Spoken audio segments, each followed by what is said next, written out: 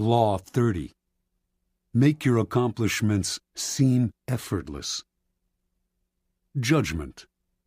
Your actions must seem natural and executed with ease. All the toil and practice that go into them, and also all the clever tricks, must be concealed. When you act effortlessly, as if you could do much more. Avoid the temptation of revealing how hard you work. It only raises questions. Teach no one your tricks, or they will be used against you. Observance of the law. The great escape artist Harry Houdini once advertised his act as the impossible possible, and indeed those who witnessed his dramatic escapes felt that what he did on stage contradicted common-sense ideas of human capacity. Over the years, Houdini escaped from the chained carcass of an embalmed sea monster, a half-octopus, half-whale-like beast that had beached near Boston. He had himself sealed inside an enormous envelope from which he emerged without breaking the paper. He passed through brick walls. He wriggled free from straitjackets while dangling high in the air.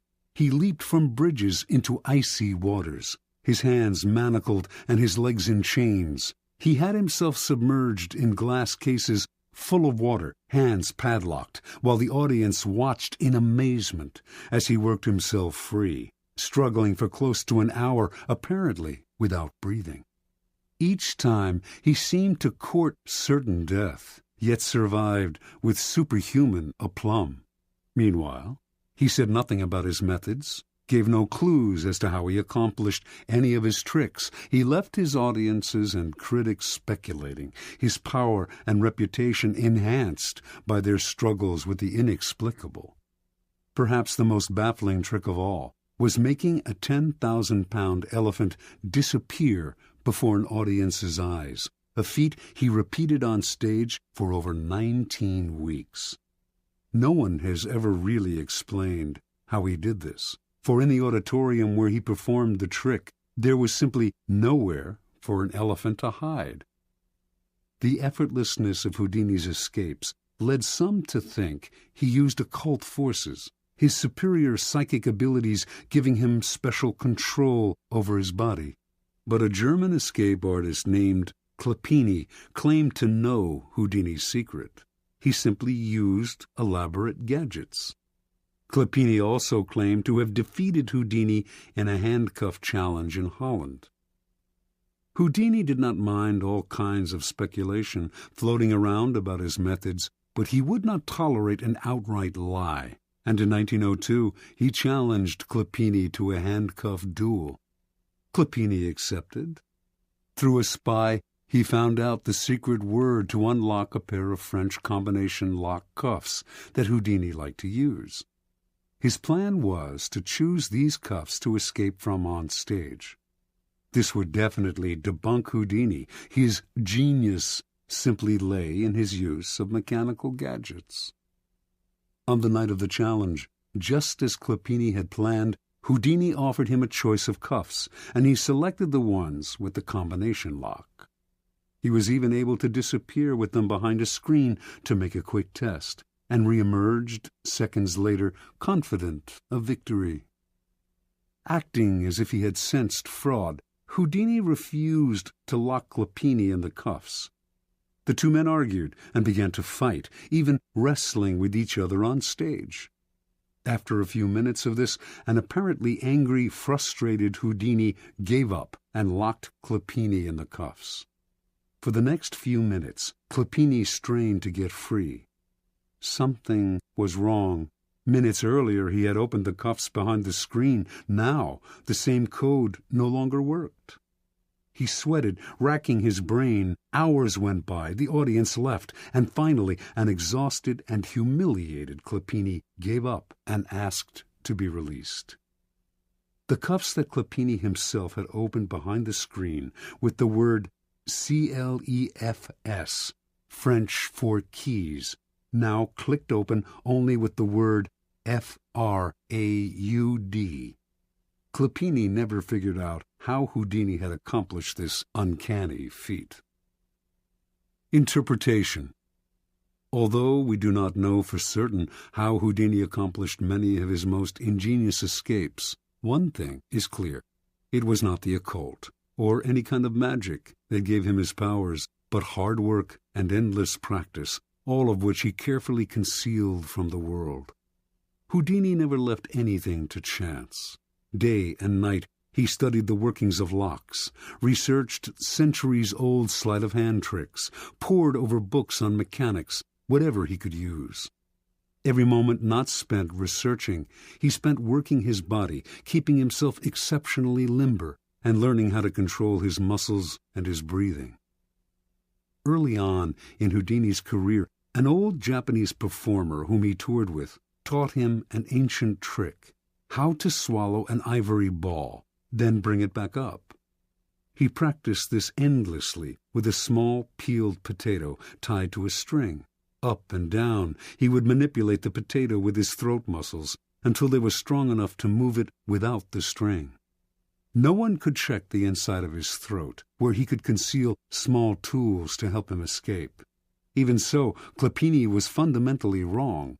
It was not Houdini's tools, but his practice, work, and research that made his escapes possible.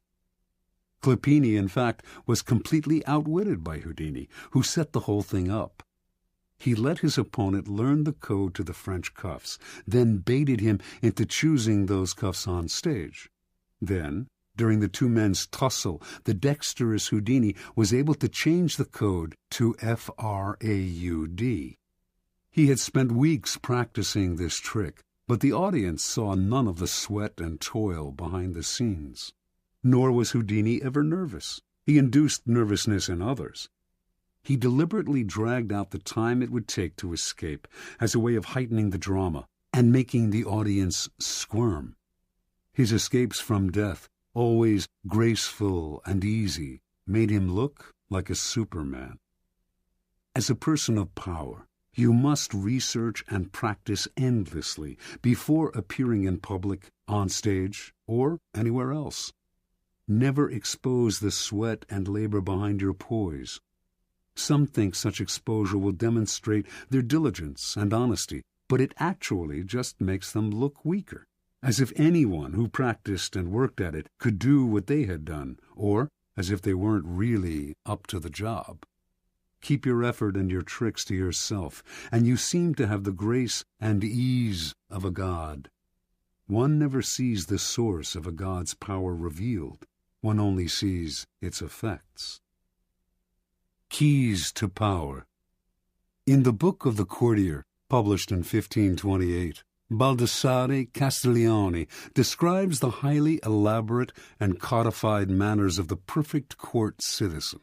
And yet, Castiglione explains the courtier must execute these gestures with what he calls sprezzatura, the capacity to make the difficult seem easy. He urges the courtier to practice in all things a certain nonchalance which conceals all artistry and makes whatever one says or does seem uncontrived and effortless. We all admire the achievement of some unusual feat, but if it is accomplished naturally and gracefully, our admiration increases tenfold.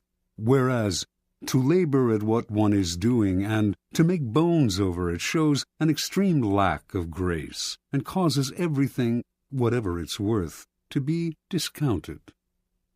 The idea of sprezzatura is relevant to all forms of power, for power depends vitally on appearances and the illusions you create. Your public actions are like artworks. They must have visual appeal, must create anticipation, even entertain. When you reveal the inner workings of your creation, you become just one more mortal among others. What is understandable is not awe-inspiring. We tell ourselves we could do as well if we had the money and time. Avoid the temptation of showing how clever you are. It is far more clever to conceal the mechanisms of your cleverness. There is another reason for concealing your shortcuts and tricks. When you let this information out, you give people ideas they can use against you. You lose the advantages of keeping silent.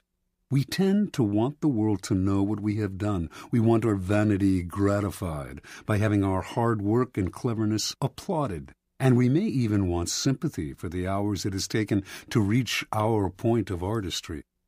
Learn to control this propensity to blab, for its effect is often the opposite of what you expected. Remember, the more mystery surrounds your actions, the more awesome your power seems. You appear to be the only one who can do what you do, and the appearance of having an exclusive gift is immensely powerful. Finally, because you achieve your accomplishments with grace and ease, people believe that you could always do more if you tried harder. This elicits not only admiration, but a touch of fear. Your powers are untapped. No one can fathom their limits.